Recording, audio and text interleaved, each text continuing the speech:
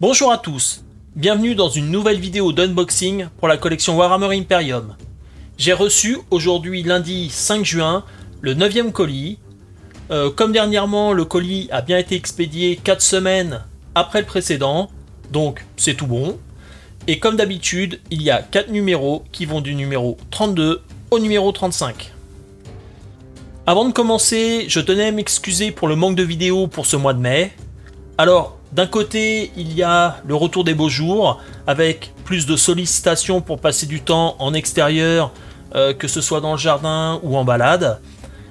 Et de plus, pour être totalement transparent, j'étais un peu cramé, je suis comme tout le monde, j'ai un taf, et cumuler ce travail avec mes autres impératifs de la vie et cette activité de création de contenu vidéo a fini par faire que j'étais un peu épuisé.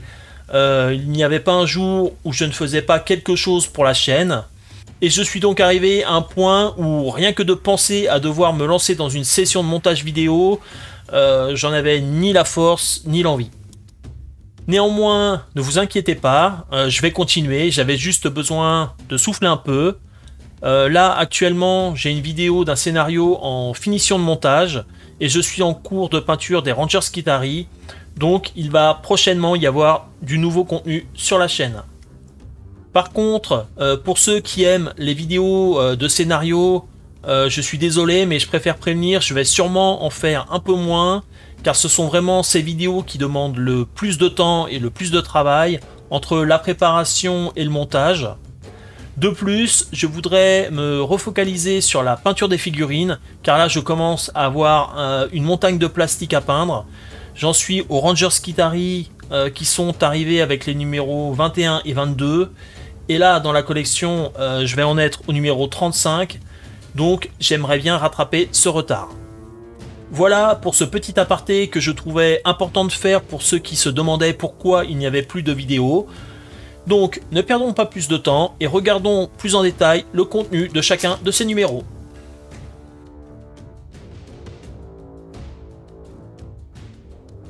Je commence par le numéro 32.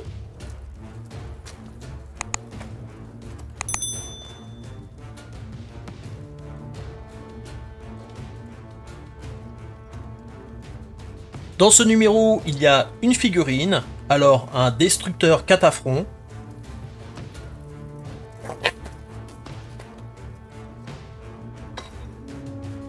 Avec un très gros socle.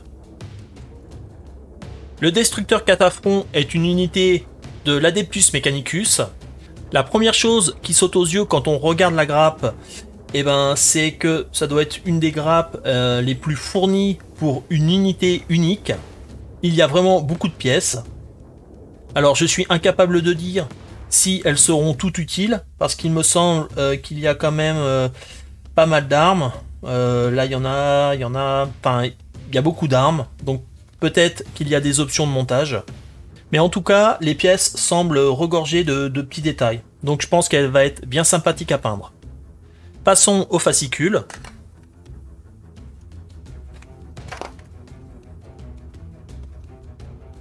Donc là, on peut voir notre nouvelle unité avec ses spécifications. Ensuite, il y a un article, l'antique et l'ésotérique. Un autre article sur un héritage de lutte. Ensuite, il y a la notice d'assemblage.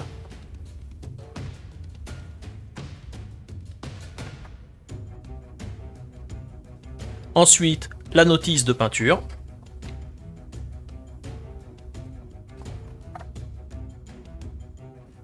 On peut voir sur la galerie finale que la figurine aura vraiment un super aspect une fois la phase de peinture terminée. Ensuite, il y a les règles de l'Adeptus Mechanicus avec les cantiques de l'Omni Messi. Alors, je sais pas trop ce que c'est. Les cantiques de l'Omni Messi sont des psaumes et des hymnes chantés par l'Adeptus Mechanicus en campagne. Ils galvanisent les esprits de la machine et ses légions et décuplent leur efficacité. Ok. Donc il y a un tutoriel par rapport au cantique. Il y a l'affiche du destructeur catafron. Enfin, il y a un scénario, le tétrarque approche.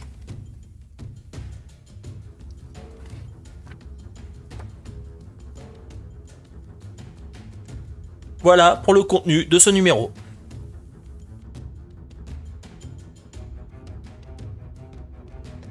Je passe au numéro 33.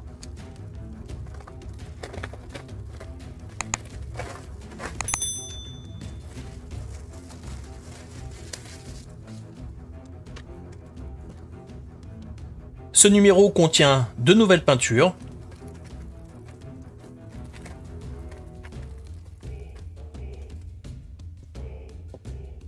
Donc ces nouvelles peintures sont des shades. Alors la première c'est le Cryptek Armor Shade Gloss. Donc ce shade va nous être utile pour les armures de nos Necrons. Donc ça c'est plutôt positif. Le second shade est le Reikland Flesh Shade.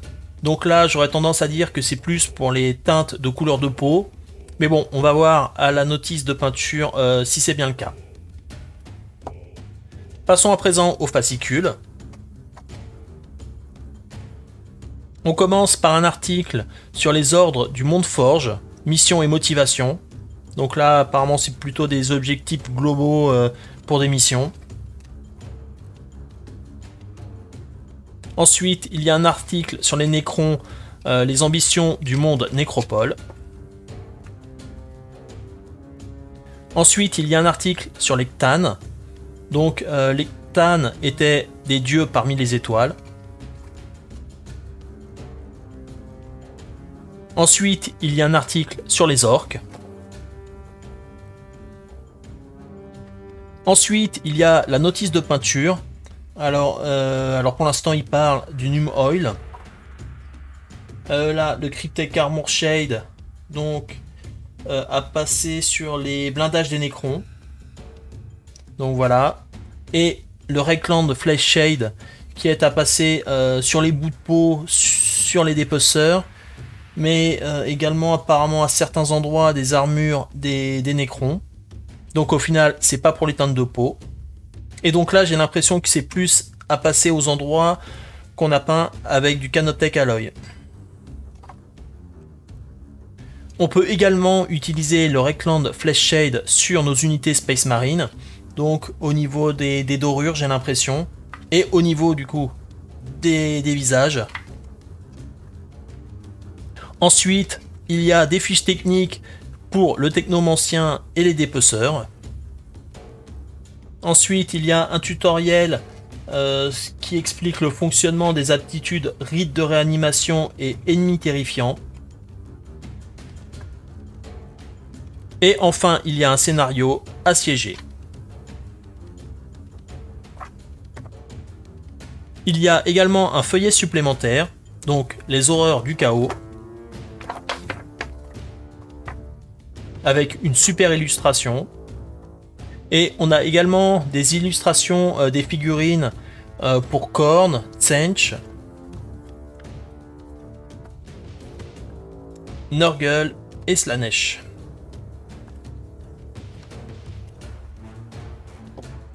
Voilà pour le contenu du numéro 33.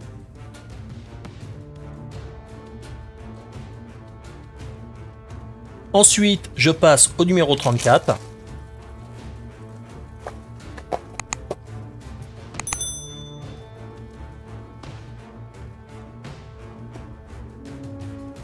Dans ce numéro, on a 2 nouvelles figurines pour du décor.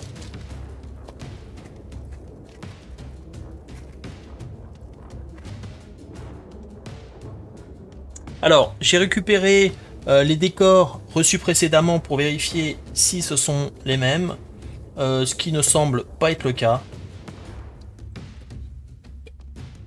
Et effectivement, on voit que les 2 grappes ne sont pas identiques.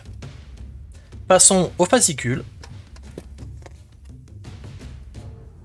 Il y a un article sur la Legio Cybernetica, un article sur les Space Marines Imperial Fist, la notice d'assemblage pour notre Factorum en ruine et la notice de peinture.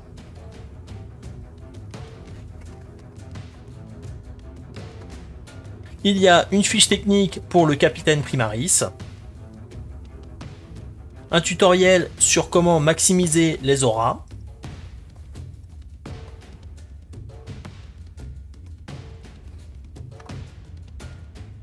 des explications sur la phase psychique, et enfin un nouveau scénario en zone hostile.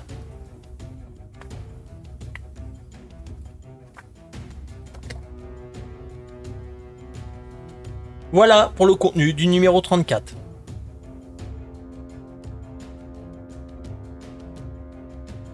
Le dernier numéro est le 35.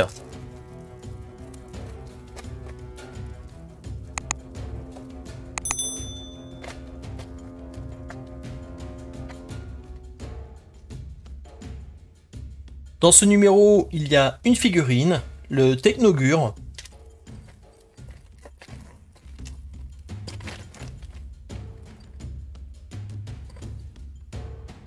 Alors, quand on regarde la grappe pour cette figurine, déjà on peut voir qu'elle est beaucoup plus petite que celle du Destroyer Cataphrone. Par contre, quand on regarde l'image du Technogure, vraiment la figurine a l'air géniale. J'aime beaucoup le style avec une hache et tout ça. Je suis vraiment impatient de la monter et de la peindre. On peut également voir que les pièces regorgent de détails. Là il y a une espèce de foreuse et tout. Vraiment, je suis très impatient de la monter et de la peindre. Passons au contenu du fascicule. Et donc ici on a un visuel pour notre nouvelle figurine. Et donc je le répète, mais j'aime beaucoup le style. Et on a également quelques informations sur ses capacités. Il y a un article pour l'Adeptus Mechanicus sur Stygie 8, le cyclope scrutateur.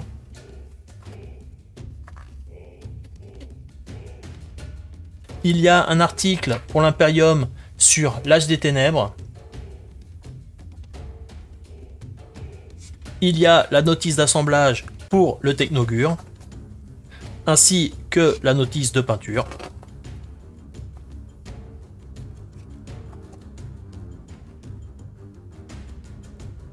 Et donc là, quand on arrive à la galerie finale, c'est un peu la même réflexion que pour le Destroyer Cataphrone. On peut voir que la figurine présente vraiment très bien. Donc le résultat est quand même un petit peu sombre, mais je pense qu'au fur et à mesure on va recevoir de nouvelles peintures qui vont nous permettre de faire des éclaircies à certains endroits pour bien faire ressortir la silhouette de cette figurine. Ensuite on a de nouvelles règles pour l'Adeptus Mechanicus, les impératifs doctrinaires. Il y a la fiche technique pour le Technogure. Il y a un récapitulatif de la phase de tir et un scénario, une tâche monolithique.